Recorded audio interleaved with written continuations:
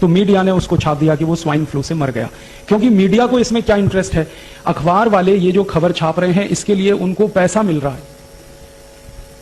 Media में काम करने वाले मेरे बहुत सारे दोस्त हैं। दिल्ली में एक बहुत बड़ा अंग्रेजी अखबार है, उसका एक एडिटर है जो मेरा बहुत अच्छा दोस्त है। मैंने उसको एक दिन पूछा कि तुम्हारे अखबार में 15 दिन से हर दिन हेडलाइन छप रही है कि स्वाइन फ्लू पुणे में फैल गया, स्वाइन फ्लू वहां फैल गया, स्वाइन फ्लू वहां फैल गया, 11 मर गए, अब तक इतने प्रभावित हो गए। ये जो खबर तुम दे रहे हो, इस खबर में तुम मुझे कोई 1, 2, 3, 10, 20, 50 लोगों के नाम दे दो, पते दे दो जिनको स्वाइन फ्लू हो गया है, मैं उनके घर वालों से मिलना चाहता हूं। तो कहने लगे वो नहीं है हमारे पास। मैं पूछा फिर खबर कैसे छाप रहे हो? कहने लगा खबर तो ऊपर से आ रही है। मैं बोला ऊपर से कहां से आ रही है? तुम्हारे ऊपर कौन है? तो उसने कहा मैं तो एडिटर हूं, लेकिन मेरे ऊपर अखबार का मालिक है। आप जानते हैं एडिटर मालिक के नीचे होता है। कहने लगा मालिक के यहां से खबर आ रही है और मालिक के यहां से यह आदेश आ रहा है कि यह पहले पेज पे खबर लगनी चाहिए और ऐसी जगह लगनी चाहिए जहां सबकी नजर पड़ती है। फिर मैंने पूछा इसमें खास बात क्या है जो पहले पेज पे लगनी चाहिए? तब उसने कहा इस खबर के साथ चेक भी आता है, ड्राफ्ट भी आता है, पैसे आते हैं, और जितने ज्यादा बड़े अमाउंट का चेक आता है उतने ही बोल्ड लेटर्स में हम इसको छापते। फिर मैंने पूछा भाई तू ये बता कि कौन देता है ये चेक और ड्राफ्ट? तो उसने कहा एक कंपनी देती है। वो कंपनी कौन है? तो उसने तो मुझे नाम बता दिया, मैं नहीं बताऊंगा आपको। उसने कहा कि एक अमेरिका की कंपनी है, वो हमको चेक देती है, ड्राफ्ट देती है। उस कंपनी का क्या इंटरेस्ट है कि तुमको खबर छापने के लिए पैसा दे रही है? तब उसने मुझे बताया, मैं तो हैरान हो गया। उसने कहा कि ये सब खबर जो छप रही है अखबारों में ये प्रायोजित है। प्रायोजित खबर का मतलब समझते हैं? एडवर्टीजमेंट। जैसे जाहिरात छपता है ना, तो जाहिरात के रूप में खबर छपती है, खबर ही जाहिरात होती है। आप इस बात को समझ पा रहे हैं? खबर ही जाहिरात होती है और खबर को जाहिरात की तरह से छापा जाता है क्योंकि उसके लिए पैसा आता है। और जास्ती पैसा आता है तो पहले पेज पे छापते हैं, कम आता है दूसरे पेज पे छापते हैं, और कम आता है तीसरे पेज पे छापते हैं। किस पेज पर छपेगा वो पैसे से तय होता है। और ये जो एडिटर है ये कोई साधारण अखबार का एडिटर नहीं है, हिंदुस्तान में सबसे ज्यादा बिकने वाले अंग्रेजी अखबार का एडिटर है। और वो एडिटर का मालिक उसको आदेश दे रहा है कि ये छपना चाहिए, इसके साथ इतना चेक है, इसके साथ इतना ड्राफ्ट है। तो आप समझ लीजिए कि मीडिया में ये जो छप रहा है ये पैसे की ताकत से छप रहा है, इसमें सच्चाई नहीं है। बस एक ही बात है, दहशत पैदा हो इनके मन में, डर पैदा हो जाए इनके मन में, आतंक पैदा हो जाए इनके मन में, तो वो डर, दहशत और आतंक आप में पैदा करके तैयार कर रहे हैं आपको, क्योंकि थोड़े दिन में उनकी वैक्सीन आ जाएगी। वो वैक्सीन धड़ाधड़ आप खरीदें और लगवाना शुरू कर दें, इसकी तैयारी चल रही है। इसके लिए सारा खेल चल रहा है। मीडिया में 10, 20, 50 कोटी रुपए खर्च करके कंपनी हजारों कोटी का बिजनेस करने का सपना देख रही है। हाँ, यहां पे वैक्सीनेशन का काम ऐसे चलता है जैसे दूध और दही बेचने का काम चलता है। कि जैसा अभी बताया कि पत्नी का पति मर गया और उसके मन में इतनी दहशत और इतना डर कि उसने अपने पति के अंतिम शरीर को, माने आखिरी यात्रा को 5 फीट दूर से प्रणाम किया। माने दहशत इतनी जास्ती है कि जो धर्म पत्नी अपने पति के साथ सालों साल रही एक ही कमरे में, एक ही बिस्तर पर, जब उसको ये डर लग गया कि इसको स्वाइन फ्लू हुआ और उससे ये मर गया, तो दूर से ही उसने प्रणाम कर लिया। ये हद है, ये लिमिट क्रॉस हुई है डर की, दहशत की। और ये लिमिट क्रॉस कराने में मीडिया ने बड़ी ताकत लगाई है। मीडिया में 10, 20, 50 कोटी रुपए खर्च करके कंपनी हजारों कोटी का बिजनेस करने का सपना देख रही है। बेफिक्र रहिए, बिंदास रहिए। ये वायरस एक तो है नहीं, इसलिए आप मत घबराइए, आप मत डरिए।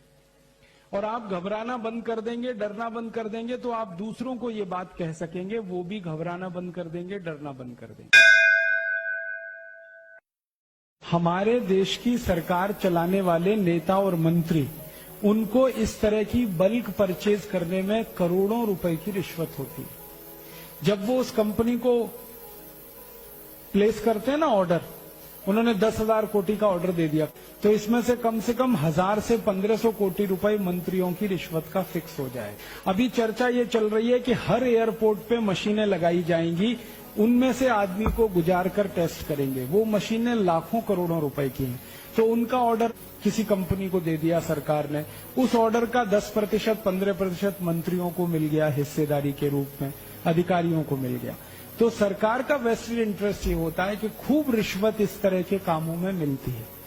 मैं आपको एक पुरानी जानकारी देता हूं। आपको याद है 14 साल पहले सूरत में एक अफवाह उड़ी थी कि प्लेग आ गया, प्लेग आ गया, प्लेग आ गया, याद है?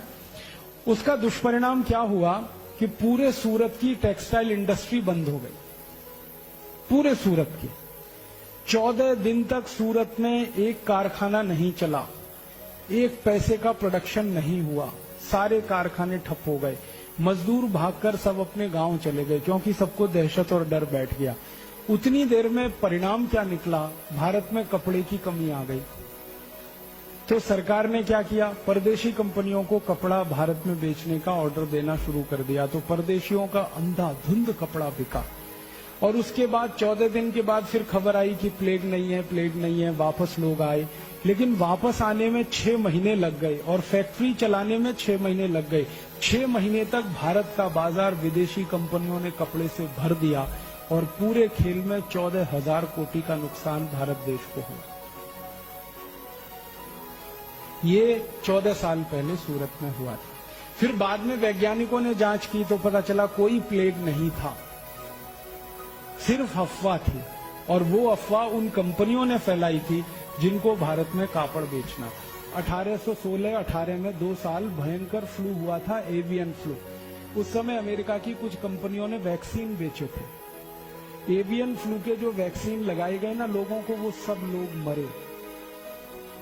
और कितने लोग मरे मालूम है? 4.5 करोड़ सारी दुनिया में। माने 4.5 करोड़ लोगों को अमेरिकन कंपनियों ने जो वैक्सीन लगाई वो सब मर गए, और जिन्होंने वैक्सीन नहीं लगाया था वो सब जिंदा रहे। और ये खेल सिर्फ बीमारी का नहीं है, ये खेल एक युद्ध का हिस्सा है। और ये युद्ध जो है ना, आर्थिक युद्ध है। कुछ युद्ध होते हैं वो सैनिक युद्ध होते हैं। सैनिक युद्ध में हमारी सेना दुश्मन की सेना से सीधे लड़ती है बॉर्डर पे। लेकिन कुछ युद्ध होते हैं जो आर्थिक युद्ध होते हैं, जो आपके बाजार में लड़े जाते हैं, जिसमें कोई विदेशी कंपनी आके एक झटके में आपका 4,000 कोटि का नुकसान कर देती है और वही कंपनी और 10-20 हजार कोटि वहां से लूट के ले जाती है। ये आर्थिक युद्ध है। अब इस आर्थिक युद्ध में सैनिक आप हैं। सैनिक युद्ध के सैनिक बॉर्डर पे हैं। आर्मी के, एयरफोर्स के, नेवल फोर्स के सैनिक हैं। वो बॉर्डर पे देश की एक-एक इंच जमीन की रक्षा करने के लिए लड़ रहे हैं। तो आप देश के आर्थिक युद्ध के सैनिक बने, जो देश का एक-एक रुपया, एक-एक पाई, एक-एक धन की संपत्ति को बचाने की लड़ाई लड़े।